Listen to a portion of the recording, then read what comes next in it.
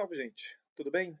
Nessa apresentação, a gente vai falar do tópico que, dado seu peso histórico gigantesco, é provavelmente o mais importante de toda a mecânica clássica.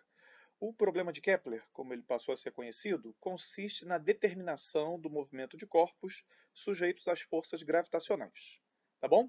Então, sem mais delongas, já que essa apresentação vai ficar um pouquinho mais longa do que o normal, vamos lá! Bom, a grande aplicação do problema de Kepler é, claro, o estudo do nosso sistema solar. Essa questão do movimento dos corpos celestes é algo que está aí visceralmente integrado à história da humanidade.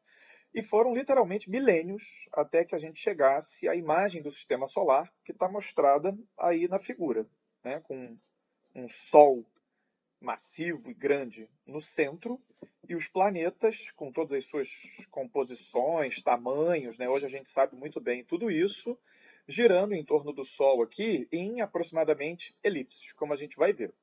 Bom, essa figura é muito bonita, mas um probleminha que ela apresenta é a questão das escalas, né? Ela mostra as distâncias entre os corpos pequenas, né? Na verdade, muito menores do que elas são se comparadas ao tamanho dos objetos. Só para vocês terem uma ideia, deixa eu apagar aqui para facilitar. Só para vocês terem uma ideia, a distância do Sol e da Terra é aí da ordem de 110 diâmetros solares, tá bom? Então, a gente vê que, né, o total oposto do que mostra essa figura, que mostra os corpos grandes e as distâncias pequenas. É claro que isso é um truque pictórico, de a gente mostrar o sistema solar na sua verdadeira escala tornaria os planetas invisíveis. Na verdade, eu vou colocar o link na descrição. Tem um filme fantástico que um grupo de pessoas faz isso num deserto lá nos Estados Unidos. Eles conseguem montar uma maquete do sistema solar na sua verdadeira escala, e aí dá para ter uma ideia, né, do quão vastas são as distâncias envolvidas, a gente sabendo que os planetas têm o tamanho que têm, tá bom? Mas o fato é que, para a gente mostrar o sistema solar na sua verdadeira escala, os planetas ficariam invisíveis. É por isso que essas figuras são mostradas dessa forma aqui, tá bom? Mas a gente vai ter que fazer menção a essa verdadeira escala, porque isso vai ser fundamental para a maneira que a gente vai estudar o problema. Então, trazendo o nosso quadrinho aqui, a gente coloca o Sol aqui, tá certo? E na escala verdadeira, acontecem duas coisas que vão ser muito importantes, né? Na escala do sistema solar, vou botar um planeta aqui, na escala do sistema solar, as distâncias entre os corpos são tão maiores do que as dimensões dos corpos, que a gente está falando do movimento de partículas, tá bom? Então, a primeira aproximação aqui nossa é que a gente vai tratar os corpos como se fossem partículas, tá bom? E a segunda aproximação, que tem a ver com a primeira, é o fato de que os planetas estão tão afastados uns dos outros. Vou botar um outro planeta aqui. Eles estão tão afastados uns dos outros e o Sol é tão mais massivo que os planetas, que a gente pode tratar os planetas como se eles interagissem exclusivamente com o Sol. Então, tem a força gravitacional aqui apenas feita pelo Sol, tá certo? E, além disso, que o Sol não se mexe. O Sol é o centro de forças, ele fica parado aqui, o que faz com que, então, esse problema seja o problema de um único corpo, né? Então, é o problema de um corpo, tá? Essas aproximações vão ser fundamentais para a gente tratar o problema, e elas são, pelo menos numa primeira abordagem, bastante satisfatórias. Tá bom, gente? Então é isso. Então, só para resumir aqui, a gente vai tratar o sistema solar na aproximação de que os planetas e todos os outros corpos são partículas, e que o Sol está fixo no centro, fazendo com que o problema e a gente possa desprezar a interação entre os outros corpos, de forma que o problema torne-se efetivamente o problema de um único corpo. Antes de partirmos explicitamente para o problema de Kepler, vamos fazer uma pequena recapitulação aqui de forças centrais, né? Então, de acordo com o PDN, esta é a equação de movimento do problema de um corpo, e no problema central, a força aponta na direção do centro de forças e depende apenas da distância até esse centro, né? Então, na ilustração aqui à direita, a partícula executa um certo movimento, e aí a força aqui, por exemplo, pode estar assim, né? Vou fazer de outra cor. A força, por exemplo, pode estar aqui, né? Então essa força, esse objeto aqui sofre uma força central, tá certo? E que depende apenas da distância, então vai executar um movimento sob a ação dessa força. A gente pode pegar essa equação aqui e projetá-la nas suas componentes radial e polar, tá certo? E a gente tem essas duas equações aqui. E da segunda equação, né, a gente tem apenas força por construção, a gente tem força apenas na componente radial da segunda lei, aqui a gente não tem nada. E trabalhando um pouco justamente essa segunda equação, a gente consegue escrevê-la dessa forma, onde isso aqui nada mais é do que o módulo do momento angular, que a gente vai chamar então de L, e daqui então a gente consegue isolar o θ ponto em termos do L, que substituindo na equação radial, a gente obtém essa equação de baixo. Tá bom? A gente obtém então uma equação desacoplada, a equação envolve apenas R, tá certo? Ou seja, a gente reduziu o problema efetivamente a uma dimensão, e mais ainda, como a gente consegue escrever esse termo aqui, que a gente chamou de força efetiva, como sendo a derivada de um potencial, esse potencial, então, vai desempenhar um papel central aqui nesse problema, e é o chamado potencial efetivo, como está escrito ali em cima. Essa noção de potencial efetivo é muito útil, pois permite que façamos uma analogia entre o movimento radial da partícula e um movimento unidimensional hipotético. Em nome do potencial efetivo, a gente pode escrever a energia mecânica em termos apenas da velocidade radial e de um termo aqui, que é o potencial efetivo, que só vai depender da distância radial.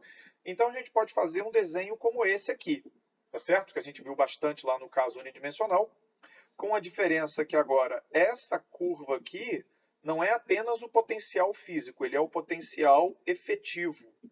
Aqui, tá certo? Que é a combinação do potencial que vem das interações, que está aqui, que é descrito por essa curva aqui, nesse exemplo, mais a contribuição desse termo aqui, que como cresce de forma bastante pronunciada aqui perto da origem, é chamado de barreira centrífuga. Tá certo? E pode ser entendido, inclusive, de um ponto de vista de referenciais não inerciais. A gente vai ver isso lá em Mecânica 2. Tá certo? E a partir desse desenho aqui, a gente consegue entender, por exemplo, né, que dada uma certa energia mecânica E, tá aqui, a gente consegue entender qual vai ser a distância de maior aproximação, chamado pericentro, e a distância de menor aproximação, de maior distância, que é o chamado apocentro, tá certo? São os pontos de cruzamento aqui da energia mecânica com a curva do potencial efetivo, né? Lembrem que esse não é o movimento real da partícula, isso é uma espécie de projeção do movimento radial, tá bom? O movimento real está ilustrado aqui nesse exemplo, então aqui nesse ponto P, a gente tem o pericentro, no ponto A gente tem o apocentro, essa partícula faz um movimento aqui, né, bidimensional, como a gente sabe, mas aqui, né, a gente entende que ao fazer esse movimento, a gente vai acompanhando a distância da partícula até, né, do apogeu, do apocentro, desculpem, até o pericentro, e a gente vê que ela vai passando, então, vai se aproximando, passa aqui por um ponto, que é o ponto de mínimo do potencial efetivo, né, que seria então o ponto se a gente soltasse a partícula aqui com as condições iniciais corretas, a partícula descreveria um círculo, e ela passa por aqui e vai em direção ao apocentro, ao pericentro, desculpem, e depois volta. Quando passa daqui, ela passa a se distanciar de novo e vai então descrevendo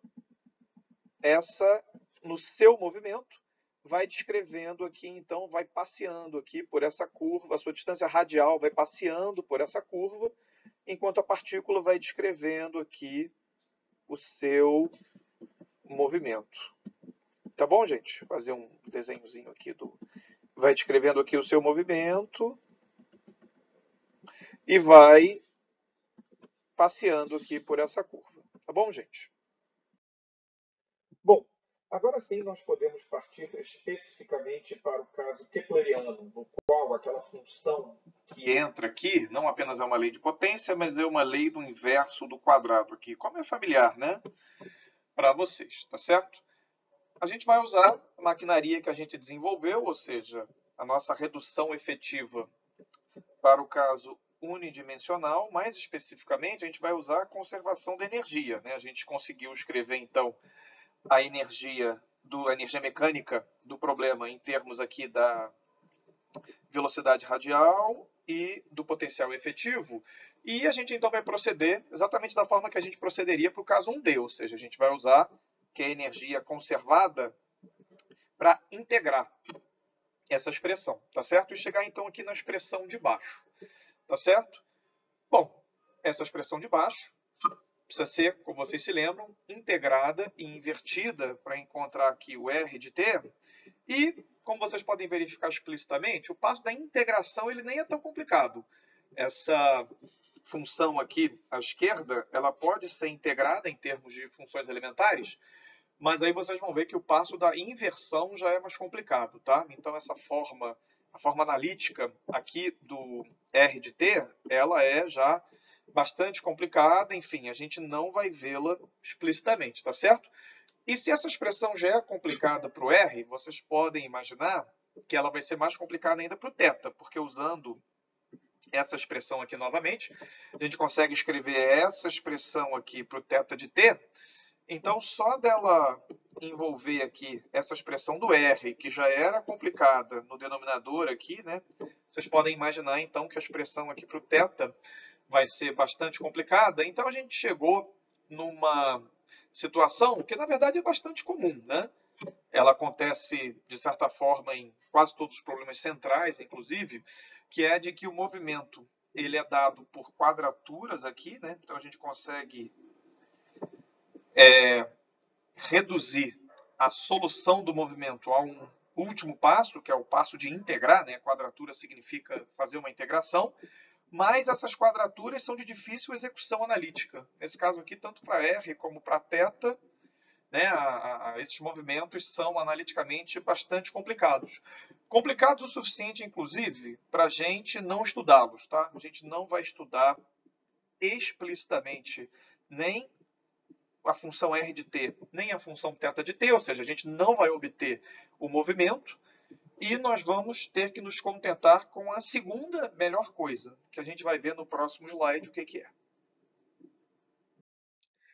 Felizmente, existe uma classe de problemas, na qual o problema de Kepler está incluído, que, apesar de serem caracterizados por movimentos analiticamente complicados, têm as suas trajetórias, ou como vamos chamar também, órbitas, relativamente simples.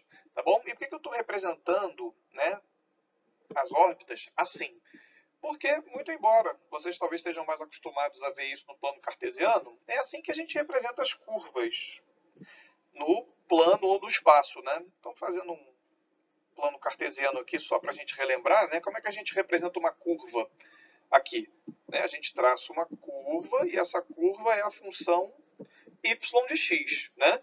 Aqui a gente está fazendo a mesma coisa em coordenadas polares, mas é exatamente a mesma coisa, tá? Isso aqui vai determinar a curva que a partícula traça no espaço, ou seja, a sua trajetória, tá bom? No caso do problema de Kepler, a maneira mais simples de fazer isso consiste em dois passos. Então, aqui está o primeiro passo, que é reescrever R ponto em termos da derivada com relação a θ, ou seja, a gente passa a entender R como uma função de θ, e aí usa aqui ó, a regra da cadeia, tá bom? Isso, é claro, vai envolver aqui θ ponto, mas aí utilizando a conservação do momento angular mais uma vez e substituindo tudo isso na equação radial, a gente consegue obter essa equação aqui, tá bom? Que está com uma cara meio complicada, né? Continua com essa não linearidade aqui. Vocês podem se perguntar se esse passo foi realmente útil. Mas aí é onde entra o segundo passo, né? Então vamos apagar aqui para não confundir a gente. O segundo passo consiste na introdução dessa substituição mágica de variáveis aqui, tá bom? E por que ela é mágica? Ela é mágica porque quando vocês substituírem isso aqui, e eu, como sempre, né, imploro que vocês o façam, é muito importante que vocês verifiquem todos esses passos por vocês mesmos. Quando vocês fizerem isso, vocês vão ver que cancelam um monte de coisa e a expressão e a equação para U fica dada por essa equação aqui muito simples, né? A equação do oscilador harmônico simples, que pode ser resolvida aí por vocês hoje em dia, né, em praticamente um passo, tá bom? Então, lembrando que U é 1 sobre R aqui, ó, a gente conseguiu estabelecer então uma relação analítica muito simples entre R e θ, como prometido, tá bom? A expressão do slide anterior para a trajetória já está bastante promissora, mas para ela ficar no capricho, a gente precisa dar uma massageada final, tá bom? A gente precisa pegar aquele termo que tem aquela constante A que multiplica aqui o cosseno, a gente precisa escrever essa amplitude aqui em termos das condições iniciais, né? Porque é isso que foi dado para a gente no início do problema. E, enfim, isso está feito em detalhe na apostila do Marcos, do Farina, e é bom que vocês façam esse cálculo também, então não vou refazê-lo aqui, mas o fato é que dá para a gente, em termos das condições iniciais, a gente consegue reescrever essa constante A aqui em termos de uma outra constante epsilon, onde aparece aqui a energia e o momento angular. Tá bom? Eu falei em condições iniciais, né? E aqui está aparecendo só a energia e o momento angular, mas vocês devem se lembrar que tanto a energia como o momento angular são quantidades conservadas. Então, o valor delas no início é o mesmo valor de sempre, e é por isso que elas aparecem aqui quando a gente substitui no A aqui as condições iniciais. Tá bom? E aí, uma vez que a gente faz isso, essa expressão aqui agora está na forma perfeita para a gente usar, né? É uma relação aqui entre R e θ, tá bom? E que os mais experientes aí na geometria analítica já reconheceram, é uma equação de uma cônica, tá bom?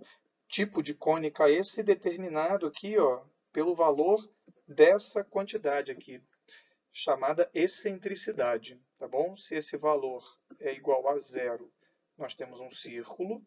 Se esse valor está entre 0 e 1, nós temos uma elipse.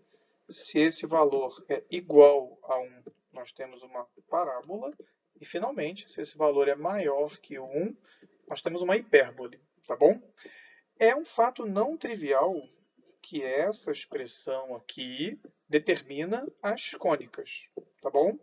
Isso é um teorema, precisa ser demonstrado, tá certo? Mas eu gostaria de salientar aqui o fato interessante de que, pelo menos para a elipse, tem uma demonstração de que a elipse é uma seção cônica praticamente visual, tá? Uma demonstração maravilhosa, que, enfim, está num vídeo que está linkado na descrição abaixo, que eu recomendo que todos vejam, tá? Que é realmente sensacional essa demonstração de que a elipse é esse plano cortando aqui esse duplo cone, tá? De qualquer forma, né, o problema de Kepler, ele contempla, em princípio, todas as possibilidades, tá certo? A depender do valor de epsilon, que por sua vez vai ter a ver aqui, vou apagar, só para ficar um pouco mais claro, vai ter a ver aqui com o valor de E, tá bom? Que é o que a gente vai explorar no próximo slide.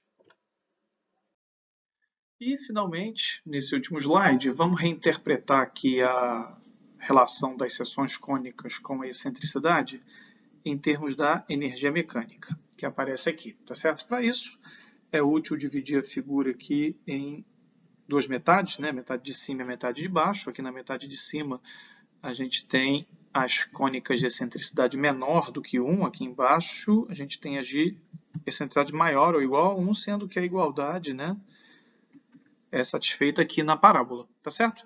E por que esses valores são importantes? Esses valores são importantes porque eles determinam, em essência, o sinal da energia mecânica, né? A gente vê que se a excentricidade é menor do que 1, isso quer dizer que a energia tem que ser menor do que 0, tá certo? Para que haja uma subtração aqui, e isso aqui acabe dando menor do que 1, tá bom? Então, aqui, na região de cima, a gente tem as situações de energia mecânica negativa, e aqui embaixo, a gente tem as situações de energia mecânica igual a 0 ou positiva. Tá bom? E aí a gente vê uma correlação interessante, né? A gente vê que os problemas de energia negativa são os problemas de órbita limitadas, tá certo? Enquanto que os problemas de energia zero ou positiva são as órbitas ilimitadas. Tá bom? Isso lá na mecânica quântica, vocês vão ver no futuro, né? Vai estar ligado com, desculpem o trocadilho, os estados ligados, que vão ser esses aqui, e os estados de espalhamento, que vão ser esses aqui, tá bom? Mas, voltando para a mecânica clássica, eu só queria fazer um último comentário, que é o seguinte, né? A gente vê que a energia pode assumir os dois sinais, né? Ela pode ser negativa, ela pode ser positiva, mas ela não pode ser arbitrariamente negativa, pelo menos não para um dado valor do módulo de L, né? Se a gente tem um módulo de L dado, a gente tem um certo E mínimo a ser satisfeito. E esse E mínimo é dado aqui pelo valor nulo da excentricidade, né? Ficou horrível esse zero aqui. Ele é dado pelo valor zero aqui da excentricidade, tá certo? O que, né, faz com que a gente conclui rapidamente que tem que haver uma certa relação aqui justamente entre E e L. Essa relação não pode ser arbitrariamente negativa. Eu vou deixar isso para vocês pensarem, mas fisicamente é bastante razoável que isso aconteça, né? Vou deixar para vocês como exercício aí conceitual para vocês, mas espero que vocês rapidamente se convençam disso, tá bom? Então, existe uma energia mínima associada a um certo módulo aqui do L, e essa energia mínima, então, vai dar um movimento circular, justamente. Então, o movimento circular é o de menor energia possível, num certo sentido. A gente vai aumentando a energia, mas ainda com energia negativa, a gente tem um movimento numa elipse, tá certo? Na verdade, aqui, o módulo da energia cinética ainda é menor que o módulo da energia potencial. A energia cinética, não precisava falar de módulo, né? Sempre positiva. Já aqui no caso da parábola, a gente tem a igualdade, justamente, a energia cinética é igual ao módulo da energia potencial, e no caso aqui da hipérbole, nós temos a energia cinética maior que o módulo da energia potencial, tá bom? A gente vê que, inclusive, a órbita da hipérbole aqui, ela tem dois ramos, em princípio, mas, no caso gravitacional, né, se o centro de força estiver aqui, por exemplo, a gente sabe que a órbita vai ser uma coisa assim, porque a força gravitacional sempre é atrativa, né? Também vou deixar aí para vocês pensarem que essa solução aqui poderia acontecer só se a força gravitacional pudesse ser repulsiva, né? O que não acontece, tá certo? Então a gente tem tipicamente um ramo apenas dessa solução possível ocupado. No caso gravitacional, é sempre esse aqui. Tá bom, gente? Então esse vídeo já está ficando um pouco grande, acho que eu posso parar por aqui. Até a próxima e vamos lá!